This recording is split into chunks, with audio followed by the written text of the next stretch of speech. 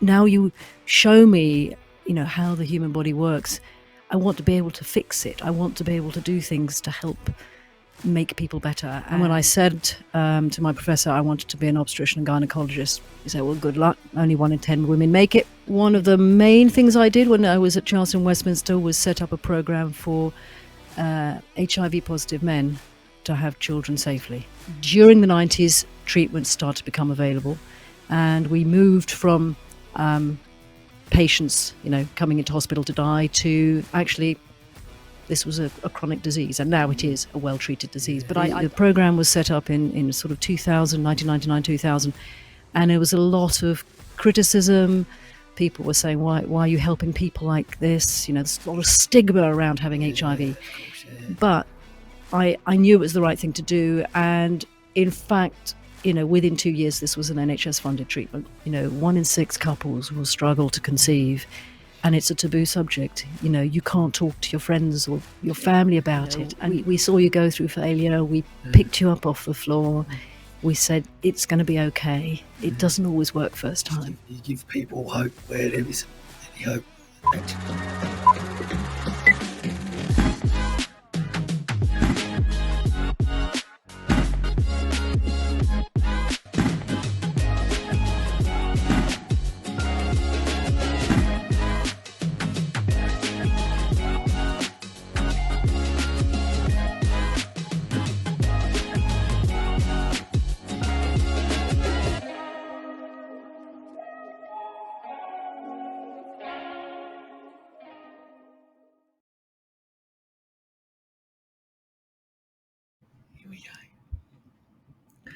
Okay, well, I've guessed 23 of 24. I've been in the final hurdles, and I'm absolutely delighted to be welcomed today by the CEO and Medical Director from the Agora Clinic, Carole Gilling-Smith. Carole, thank you for coming in. It's brilliant. It's an absolute pleasure and an honour to be taking part in this wonderful, 24 hours of sheer dedication to Rocking Horse. Amazing.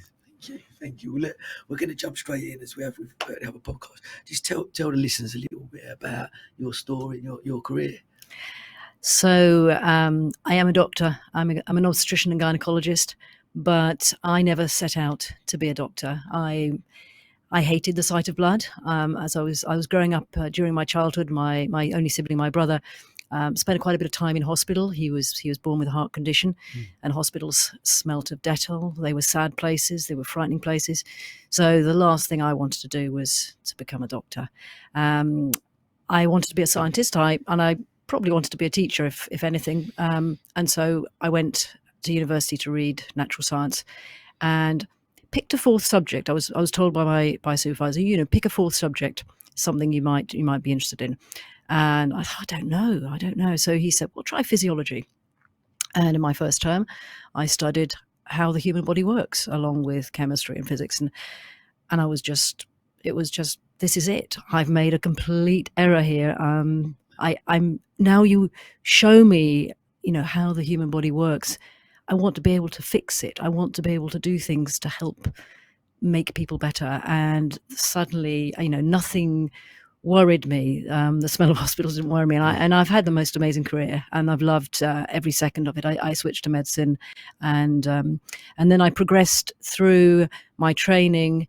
And initially, I wanted to be a paediatrician, somebody that helps children, 6 children.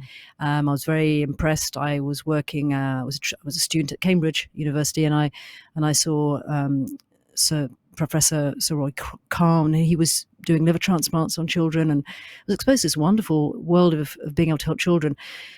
But as I went on the wards and saw sick children, I realised that it just made me incredibly upset to see sick children, and some never made it. And so I became an obstetrician and gynecologist. It's the beginning of life. You can make a huge difference, and trained through 10, 15 years. I'm a mother. I have 3 children. So I managed to complete that training against all odds. When I started out, I was the first of 16 girls in my school, which was an all-boys school.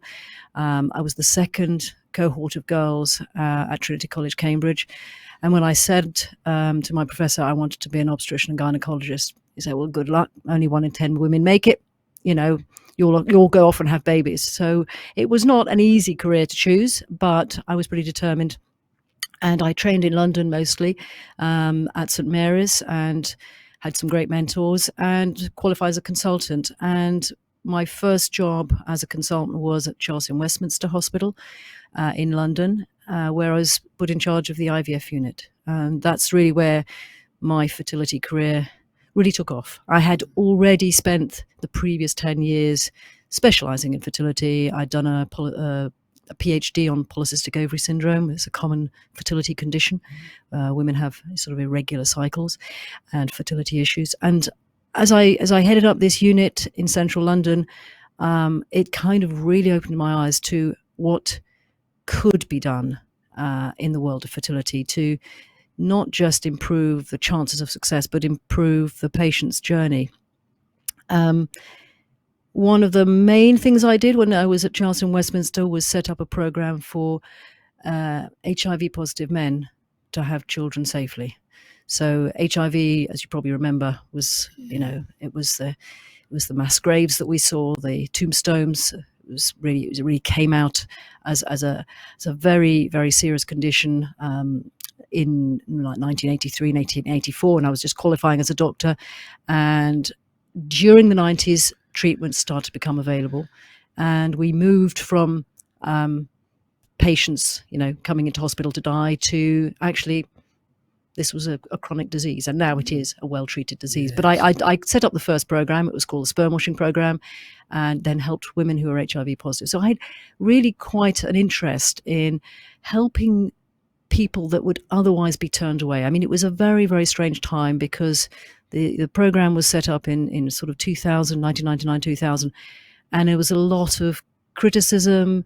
People were saying, why are you helping people like this? There's a lot of stigma around having HIV. Of course, yeah. But I knew it was the right thing to do. And in fact, within 2 years, this was an NHS funded treatment. So my career moved on, and I think I looked at what was going on in the NH Trust that I was working in, and I couldn't change it. I couldn't change the inefficiencies. I couldn't change the model that was there. Personally, I was badly treated on several occasions during my career, having had children, and having gone on to maternity leave. I then felt this is the time to break away, and with no business training whatsoever, I said, right, I'm going to do this myself. And we had moved out as a family to Sussex, and there was no IVF unit in Brighton. And I said, I turned around to my father and I said, you've set up a business. Can you help me? And I set up the Agora Clinic. The whole project started probably around 2005, and we opened our doors in 2007. That's how it came to be, with a woman who had a passion for delivering better care, better care for everybody, and making that journey, that fertility journey, an experience. And that's still where I see, my place as a doctor, because I practice medicine of the person, which is, you're not treating a condition, you're treating the whole person, or the couple in my case. And we are talking about incredibly vulnerable people who are trying to conceive. So a very different sort of model to the one that I left in London. We set up quality management systems. We set up patient flows, making sure everything was efficient, and we set up a real team of people. We have 4 teams really. We have doctors, we have nurses, we have admin staff, and we have scientists. And that team of people weren't just doing a job, they were talking all the time to the patients, making that experience very special. I changed the environment because of my fear of hospitals. The whole environment, it was like walking into my living room. I don't know if you remember. I just wanted to make it non-medical, in that sense of welcome into my home. We're going to look after you here. You're very special to us. We want to make you feel relaxed and calm. Just trust us. We will take you on that journey, and together we will have a family. And 3,500 babies, 3,500 babies later, I'm sitting here talking to one of my patients. It's, I didn't think I'd get so emotional, obviously, chatting to you, because it is, listening to you talk and the experience. You talk about the experience, and I can first-hand experiencing that, and it's exactly that. You took me and my wife on a journey. I'm gone. You're going to make me go too. No, it is that. It is. You see, so important to realise just what it feels like to be a patient, and a lot of doctors don't take the time to realise that, and in particularly, 1 in 6 couples will struggle to conceive, and it's a taboo subject. You can't talk to your friends or your family about it, and being able to open up with us and come on that journey was really important, and we do it with everybody. And I remember a lot of those journeys, a lot of those people live with me forever, and they live with my staff. I'm not different. I personally, I handpick everyone. I'm not joking. We have an incredible team of people, each a little bit different, each offering in a different way the same thing that I wanted to offer. It's a journey where we need the medicine, we need the science, we need the evidence base for what we do. But if the human factor doesn't come in, it won't be the same, and you won't have that memory that you have of, we saw you go through failure, we picked you up off the floor, we said it's going to be okay. It doesn't always work first time, I think you give people hope where there isn't any hope, actually, because you get to that point where it's, I'd actually got to a point myself where my wife's very tenacious. She wouldn't have ever given up, I don't think, but I'd got to a point where prior to coming to see you, we'd had miscarriages, we'd had an ectopic pregnancy, and after the ectopic, I remember getting to a point of, for me personally, I'd sort of, I was at peace with going, I'm okay not having children. Actually, as long as you're all right and we're all right as a couple, I could sort of deal with that. My wife was not. No, I want to be a mother. I've got, and we talked about it, and this was a route that we decided to go down. And you talk again. I sort of allude to the experience, and you're absolutely right. One, you walk in, and you feel like from the second and every single step of the way, every single person that we spoke to, every step of the way, made us feel welcome, and made us understand and helped talked us through it, and it was just, I can only describe it as a magical experience. And yet we did go through the first round of IVF that failed, and like you said, even at that point, where just devastating as well, especially when you've been through ectopic and miscarriages. And in that first round, I remember that my wife was so optimistic about it, and I am an optimist, so I always think we was going down a route. I believed that we was going to get there, because that's how I'm built, I guess. I was like, I believe if we're going to go down IVF, it's going to happen. And I remember the first time it didn't. I said, okay, we can go again. She was so optimistic that first time, and it didn't happen. And yet, like you said, if we touch point every member of staff, because one of the questions I've got in here is, I talk on a podcast all the time about culture, how you create a culture within a company, within a business, and ultimately you're the business that you're still running a business, and the business that you run creates miracles, and it makes miracles happen. And yet you created a culture there in your company where, like you say, and it's so fascinating to listen to you talk about it, where you say you handpick every person that they've got to fit in with that culture, that they can make that experience for people that come through on that journey. And I'm really conscious that we're one of the really lucky ones, because I know that I'm sure that there are people that go through that journey that maybe not as fortunate as we are, and yet knowing that when we went through that failure, you were still there to support us at that journey and take us on to what that next stage would be. And I'm interested to know from your point of view, when you started, did you have that vision right from the very start that this is how I want it to be? Yeah, I did. There were two things that hurt me a lot in the NHS environment that I worked in. The first was there wasn't a team culture. There wasn't that that drive with everybody working together. You know, when you see, you know, well-trained players in a football team or rugby team, they have the same vision, they share the same values, and they are together. Together they are strong. Not so much individually, but together they're strong, and they look after each other. And that was not happening. And the second thing that really shifted my direction in my career was that for the second time in my life, I came back to work after maternity leave, and basically I was marginalized. I was moved sideways, and I was the director, and there was a threat that I should step down and let somebody else take my role. The first time it happened to me, I basically was told, we're not renewing your contract. I was trying to find a consultant job. You know, I came back after my second child was born. I'm sorry, we're not renewing your contract in the NHS, you know, a caring society. So I said to myself, there is no way that I'm working for anybody else, and there is no way that anybody working for me is ever going to experience that. Women, you know, I had a tough career as a woman because I grew up, as I said to you in the beginning, I said I grew up in the 60s when, you know, women weren't really sort of thought of in the same way as men.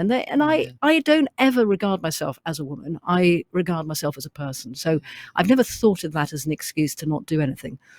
But, you know, I don't want any of my women or female staff to ever think they can't have children or do things they want to do that would affect their career. They will be supported.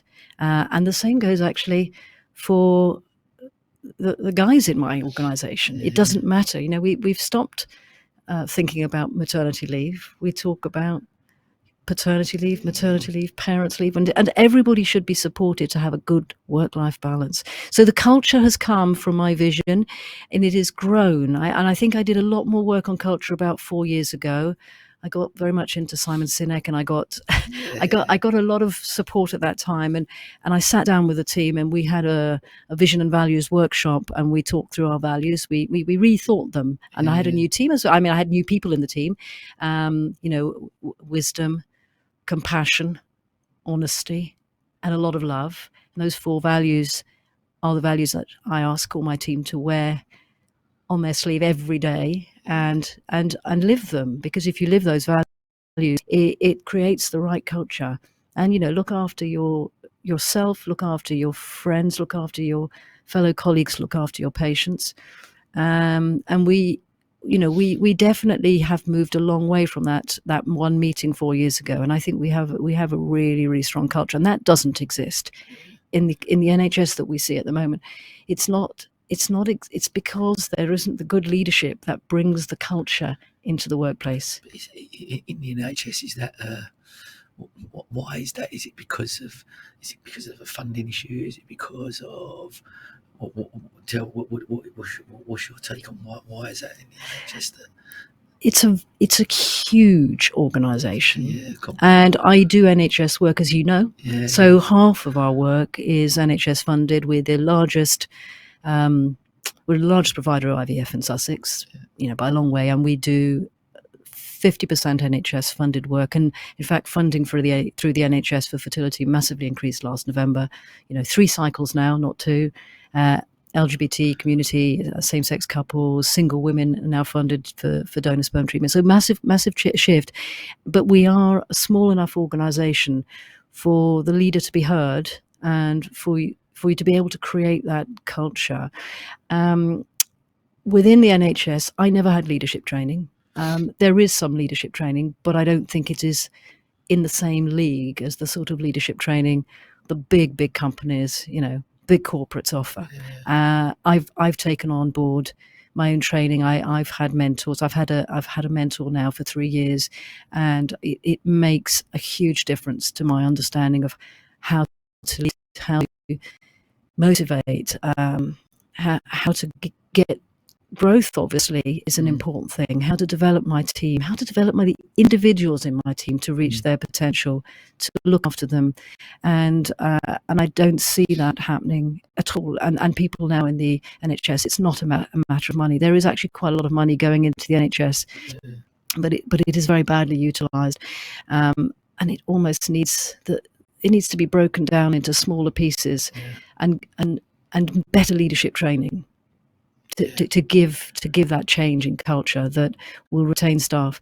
Of course, I'm not going to say that that money isn't important, because we are not paying our healthcare workers, our nurses, our doctors, particularly our junior doctors, anywhere near what they should be paid. So of course, they go into other jobs, or they leave and they go abroad. But we can still retain more. The goodwill is there. We will retain more with better leadership. But I'm interested as well to, like you said, about your journey and going back after maternity leave and having that negative response to that. There's not a thing. Is that, obviously we're going back a few years prior to you obviously starting a thing, do you get the sense that's still happening in the NHS, or has that changed? I think HR law has improved massively to protect women in the workplace.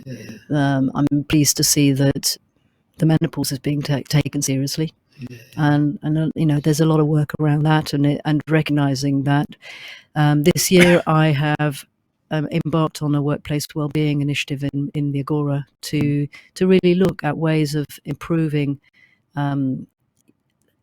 how we do things, surveying my staff, listening to what they're saying, looking at ways of making that work-life balance so much better, because we spend an enormous amount of time at work, and we do need to make work a good place. And I think the pandemic was a good jolt to us all, that actually you can work from home, but actually being in there with people is important. We get a lot. There's a lot of camaraderie in my team. I think you can't underestimate that.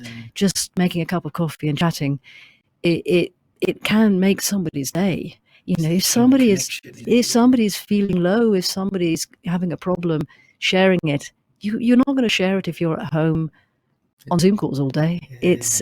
I think we can't underestimate the importance of making the workplace better for everybody, and bringing people into the workplace, not just isolating them at home. We need to get that shift right.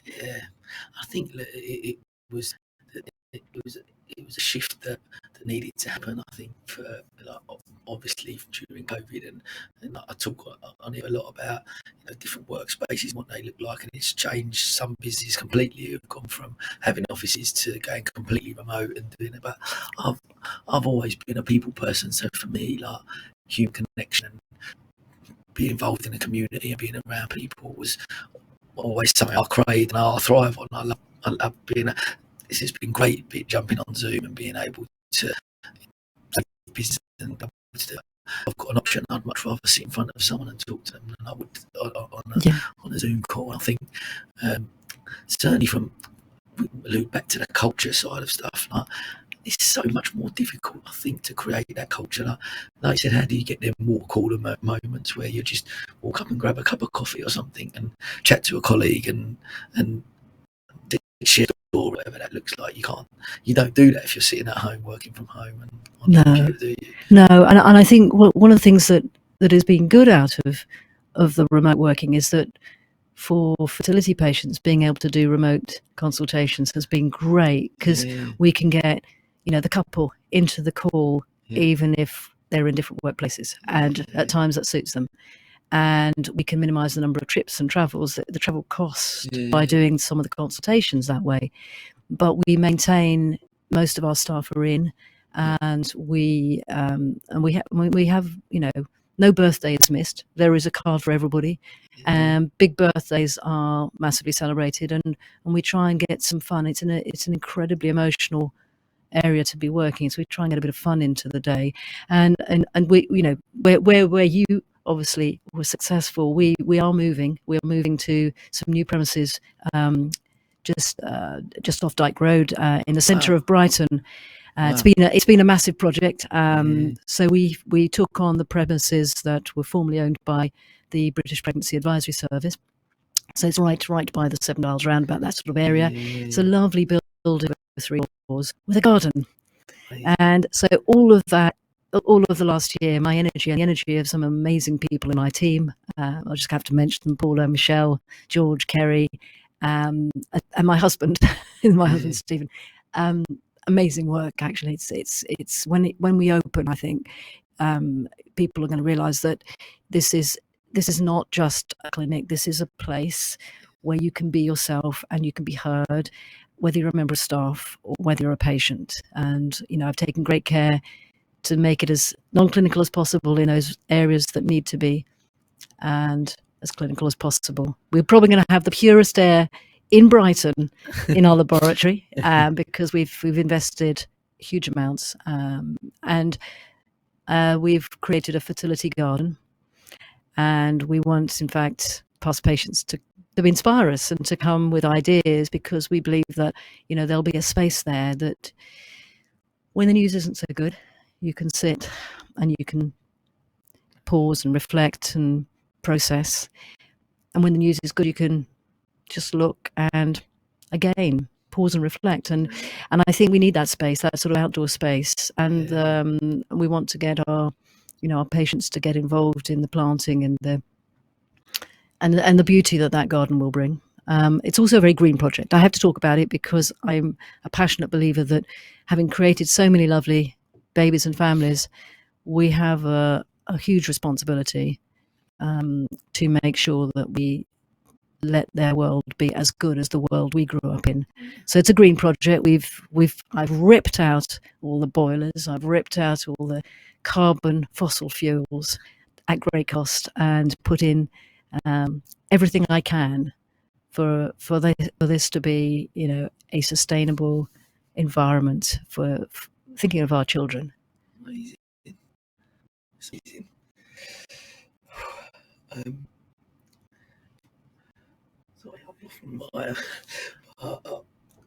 I think for me, I'm really keen to, I guess, again, share with obviously lots of people coming in, like my wife and I, obviously trying to start a family completely in the dark around, I guess, the in relation to fertility. We was really in the dark about it. I didn't know much about it. Okay, do you feel? What's your thoughts around education around fertility and what that looks like? Because I guess, like I said, for me, I didn't know much about it, and the IVF process and what that looks like, and actually, I think not so much even the IVF, but for fertility in general. I think you go into. We got pregnant. We actually had the twins when we were 36, but we was first pregnant when we was 30, and we lost first baby, and then 33, and then 6 months after that, and then we had them few years between. But prior to, Kelly was absolute, and we both were, but she really was devastated at that initial stage, just because not had that, failure is the wrong word, but had that experience where everything you tried in life has gone along nicely. So we met at school, she'd qualified as a lawyer, we got married, we bought a house, it was all going, and next step up, I'm going to have a family, and got pregnant very quickly, and then all of a sudden that was taken away, and you're like, there was just such a lack of knowledge around that, like around the problems that potentially you could have with fertility even age 30. I'm just keen to, I know I've rambled on a bit there, but I'm just keen to, what's your thoughts around it, education around younger generation around fertility? Well, it's a subject that's very dear to my heart, and it's something that I have been actively trying to promote in as much, as many directions as possible over the last 5 years. So I've got 3 children. My oldest, Michelle, is 27. She works at the clinic. She's joined the clinic, and she's very important on patient support and operations.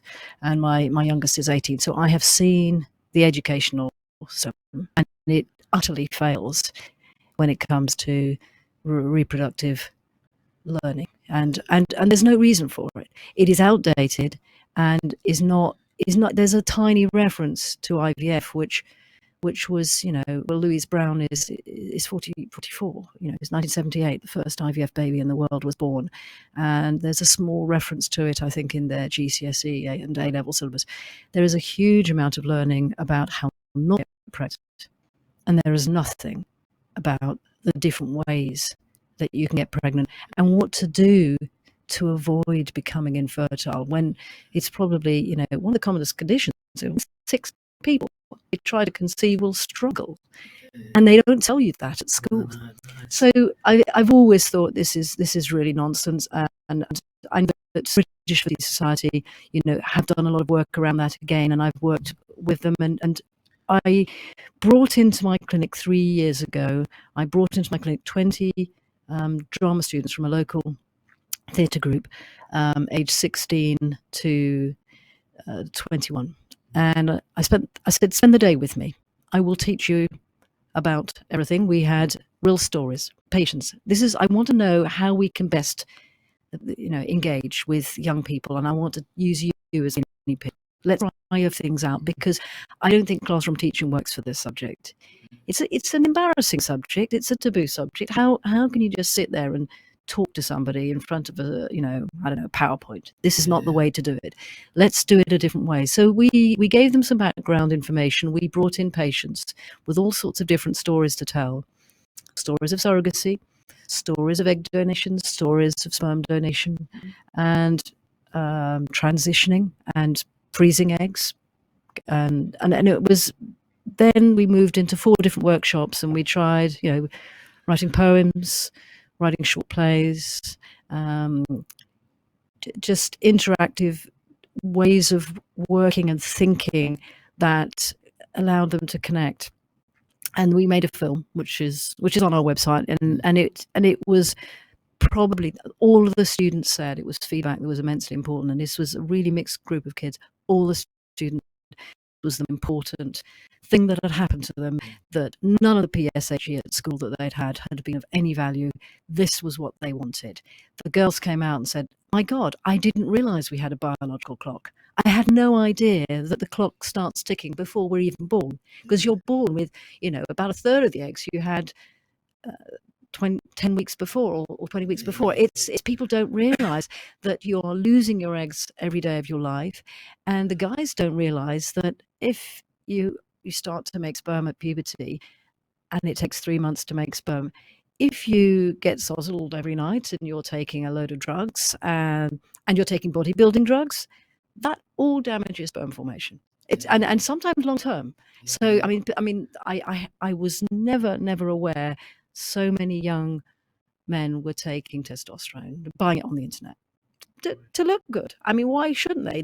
They don't get told on the internet, by the way, this could damage your fertility, so they take it. But it's a huge thing. So if we need to go into schools, and that's what we've started doing.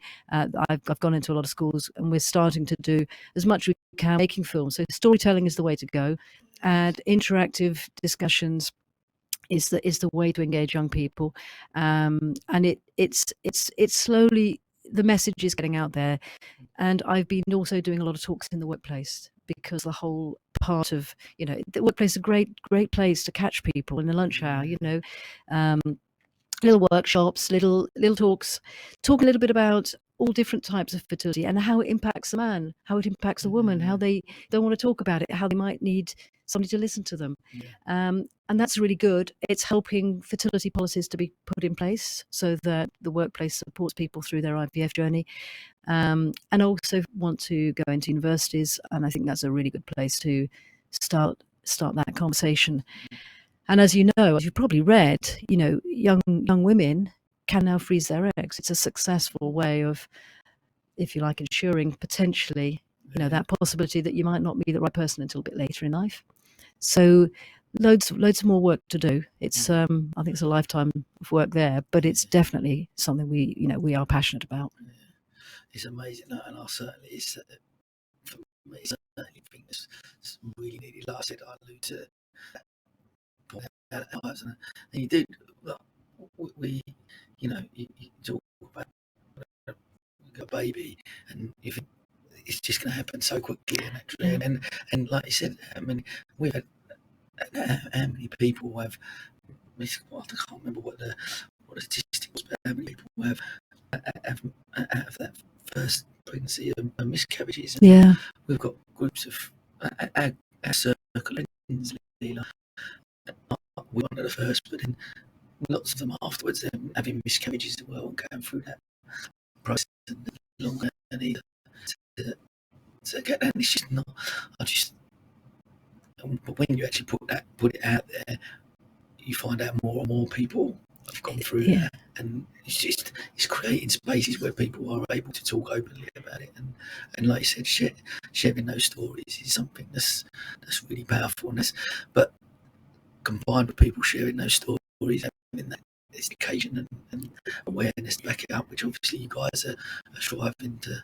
Yeah, and I'm we're making a concerted effort to go out and tell those stories. So thanks to all the patients who have just said, look, I'd love to tell my story. We do ask, we regularly ask patients, would you tell your story? Because there's somebody out there that will make a big difference to them. So, we've recorded some wonderful stories. That's my older son who's a filmmaker who's doing most of that work, and we put them on our website, and just go there, because I honestly believe that hearing another person's story, and this is not to promote our clinic. This is because people can see those, and they can be living across the other side of the world.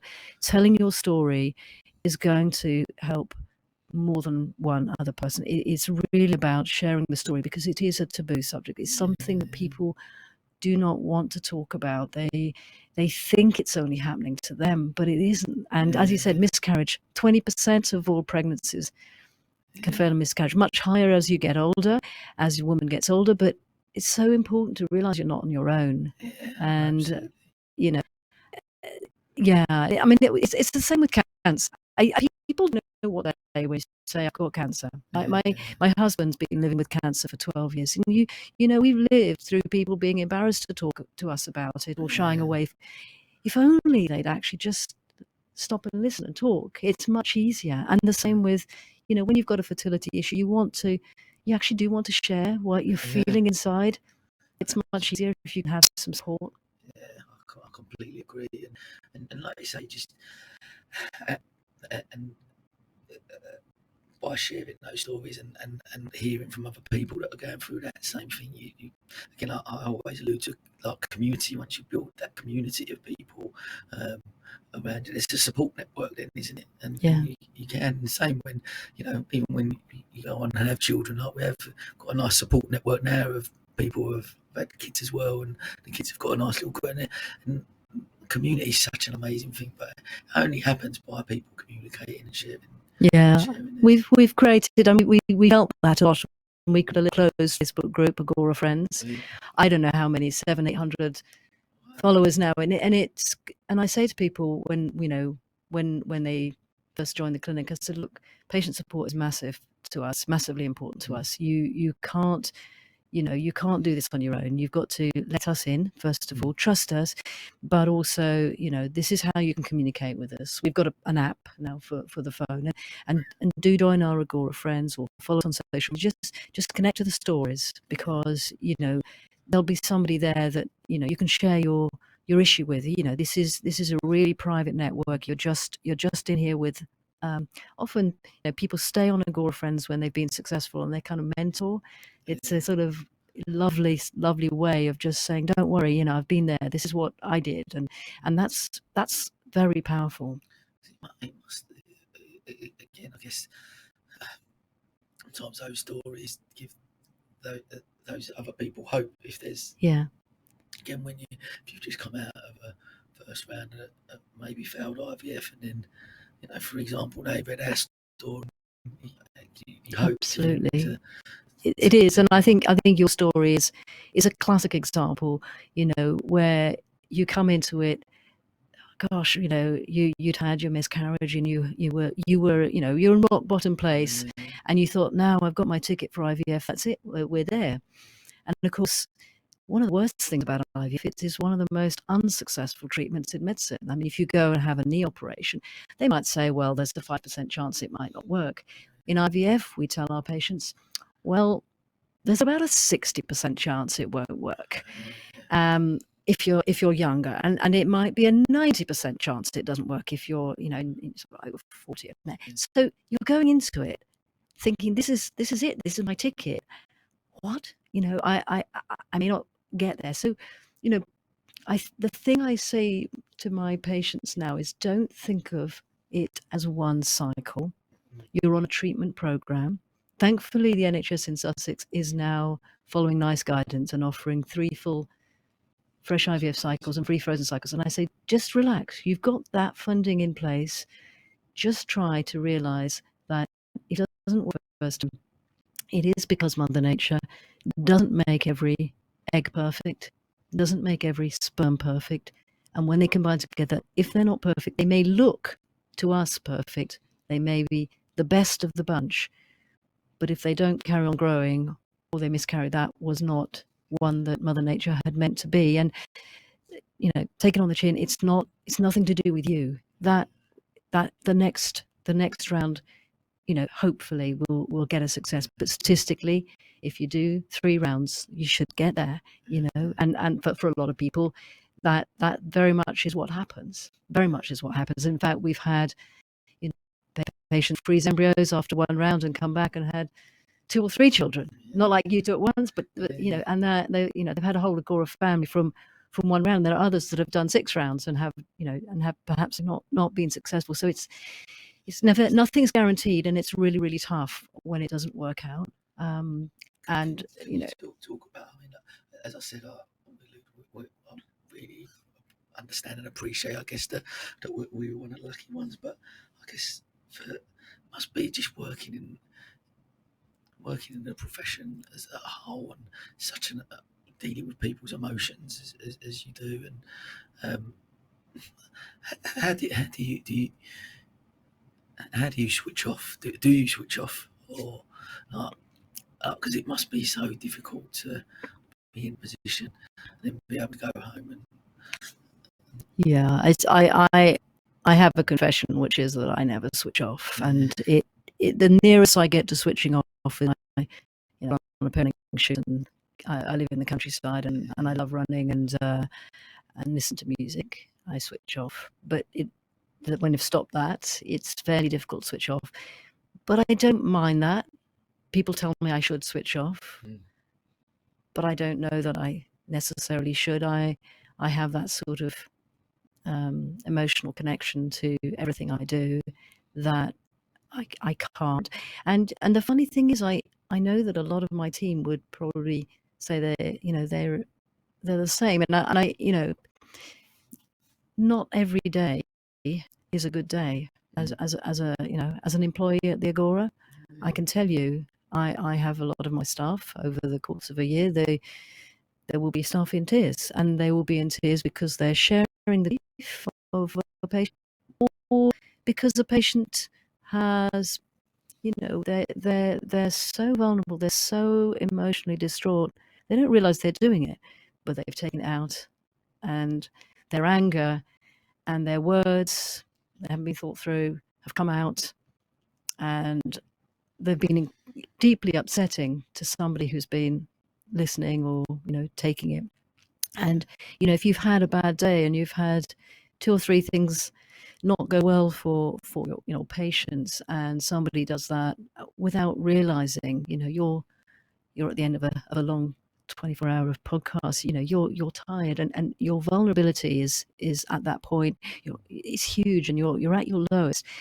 And we're seeing it more and more, and I you know, I'm trying to protect my staff, and I'm trying to help them, but I can't protect them from what people will say. And I think, my message out there is if you are getting help from anybody, who is in the caring profession, who is a healthcare worker, however angry or bad you feel, there is no good that will come from taking it out on the person who's actually there trying to help. They will help you better if you're not angry. If you just say how you feel, be honest with yourself, tell them you're angry and ask for help, but don't shoot them, because the damage is. I mean, I think a lot of people are leaving the healthcare profession because they're exhausted from all this. I can imagine. There's an interview I heard with there's a guy called Mo Gaudat, who's got his own podcast called Slow Mo, and he's wrote a brilliant book called Soul for Happy. But he talks about his son died when he was 21 in a routine operation in hospital for an appendix. There was 7 mistakes that were made by the doctors, and he died. But he there wasn't that anger. He got to a point where there wasn't that anger towards him, because how he become at peace. He said that doctor didn't go in that day thinking I'm going to mess up this operation. Well, obviously there was mistakes and whatever, and he thought so, made sure that those mistakes didn't happen. But I think exactly what you're sort of talking about, like any of your staff, anyone, all they're doing, anyone in the medical profession, all they're there to do is help people. Yeah. And I could never understand. I can't even understand that we have to put signs up to say we don't abuse. Don't abuse. No. Why is that message even got to be there? Yeah. Surely you've come into that situation. We the whole thing with Rocking Horse and the reason, because obviously when Luca was born, and suffered that galled up, and that's why they saved his life in the Royal Alex, and he broke his arm on Saturday, and we was in hospital on Saturday night, and I was surrounded by these amazing members of staff again that was fixing my son. Yeah. What an amazing thing. And even if things had gone wrong, or that, none of those people would have done that. They didn't go in that day to that wrong day. They're there to help, and I can't comprehend it. I listen to you talk about that, and I think it's devastating, actually, to think that we have to. Of course, I understand people's emotions, and it's easier to come from a place where, like I say, I was a lucky one, and we had a great outcome, and I can understand that. But even remember that first failed round, the care, and I spoke about it earlier, but the care at that point as well, where, like you said, you're at rock bottom, and then you have a failed round, or wherever you go that little bit lower, because you think, there's that lack of hope, but still there was such care there every step, and noting that there was, this one didn't work, but there are other options. We looked at other options, and you found the solution. Your problem solvers. This is the problem, and we're going to do. Knowing that you were going to do your best to solve that problem was. Yeah, and I think it's so important to remember that, we will hug our patients. We will be human beings with our patients. And the difference between my clinic and probably 80% of clinics in the UK and the world is my clinic is run by a woman who admits to being vulnerable and feels that connection with people. She is the 100% owner of that clinic. There are no other shareholders. It's my baby. I'm accountable for whatever happens in that clinic. And so it doesn't matter how many patients I see. It's not a numbers game to see how the numbers figure out at the end and what the shareholders are going to get, because that doesn't matter at all. Actually, my priority actually is the quality of care, because I feel so much happier if I get good feedback. We have the best success rates. We have the best success rates in the Southeast and third best in the UK, but those success rates. But the most important thing is for somebody like you to say to me, you couldn't have done it better. And that's all we ask for. And that's the difference between these, clinic chains. I mean, the 80% are now clinic chains where the people who invest in the workforce have no idea or no realization of what it's like to be a fertility patient. I sit in the clinic every day and I know what it's like. I can sit in your shoes and I can see from your face. I think, we're doing it right. We can always do it better. And that's part of, the quality management and improvement. But we are getting it pretty close to right. And we listen. We listen to the feedback. We say sorry if it hasn't been 100%. We listen to the feedback to try and get it better. So for whatever reason something hasn't been done in the best way possible, we take it on board. And you've got to admit, when you can do something better, you do it. Amazing.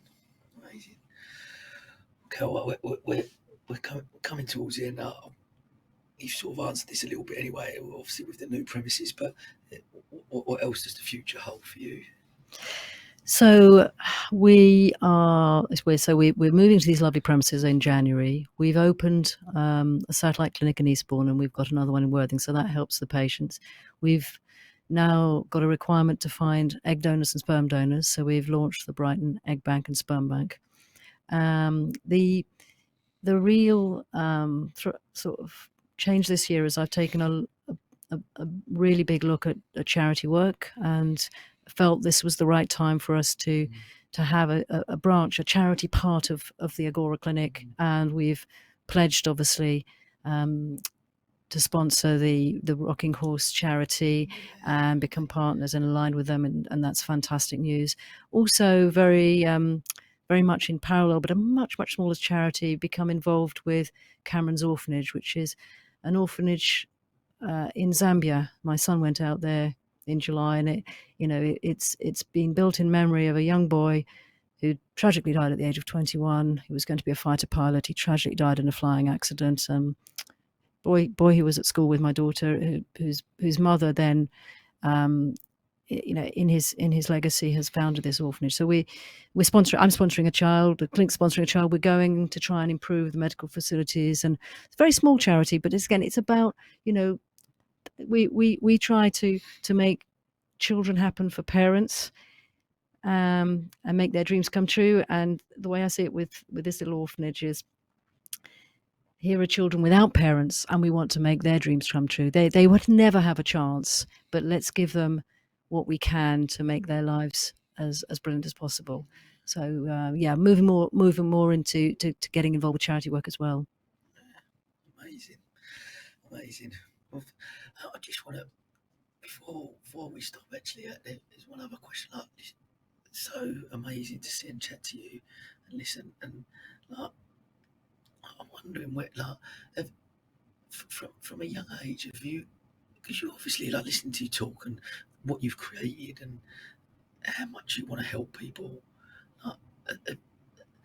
does that come up from a young age? Have you always been like that, or because you with the charity work you're talking about, but lastly with just setting up the Agora as a whole, and just the nature of the way you talk, and the ethos of the whole clinic, and the culture that you've created, that you're just there, and you genuinely feel that you just want to help people. I'm incredibly fortunate to have had two amazing parents, and been surrounded by that love from Dot, and they just wanted my brother and I to have the best childhood. They worked hard. They put everything into giving us the best opportunities, and I just wanted to make the best of those opportunities and give that same love out to my family, to my patients, to my team, and I've never thought about it. Nobody's ever sort of asked me why I am who I am, but that has to be where it all stemmed from. If I'd had an unhappy childhood, I think I might have been an angry person, but I'm very blessed, and I never saw myself as wanting to help people as a child. As I said, I never thought of myself wanting to be a doctor. But when I see people in trouble, I just want to run and help. I guess a lot of us are like that. I just have now got the tools.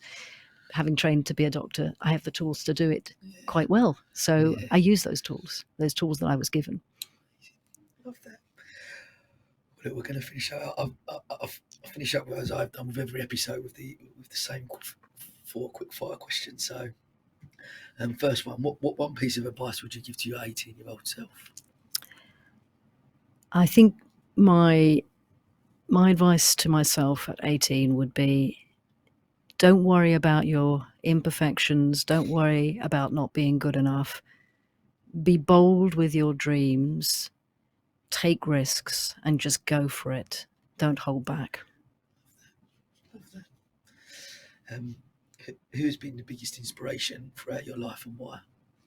So I have to say it was a toss-up between my mother and father, but it's down to my mother because, she devoted her life to both her work and to her family, and she managed to juggle the two beautifully at a time when it wasn't actually very common for women to work. So she was a teacher. She taught physics and chemistry at the French Lycée in London, and she raised us and made time for us.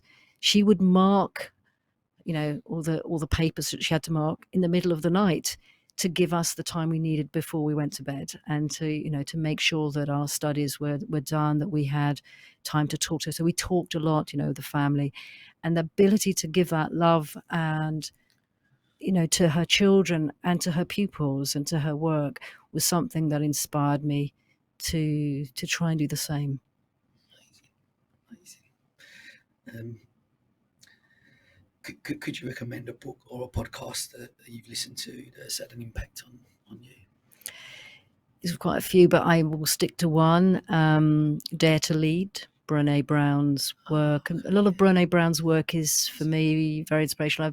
I've discovered her late in my life, but she does have great podcasts, and it's about the power of vulnerability, and how to be a great leader, to really focus on harnessing the fact that out of vulnerability you get human connection, you get joy, you get sadness, you get, it's being able to see and admit when you're wrong, to be able to reset when things have gone horribly wrong, to be able to reset and just plow on, really, and to build a trust in your team.